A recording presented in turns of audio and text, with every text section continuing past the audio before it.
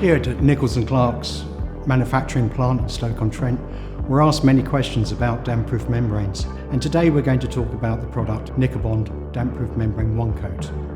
This is a 10 kg or 5 kg product and is used for up to residual moisture of 98% RH on construction sites. Mostly used with sand cement screeds, but also used on power float concretes. Once the concrete has been prepared, apply the damp-proof membrane directly to the substrates. The main reason for using this and developing this product was a lot of fitters were complaining about the smell and how the epoxies can cause issues. Ours doesn't do any of that.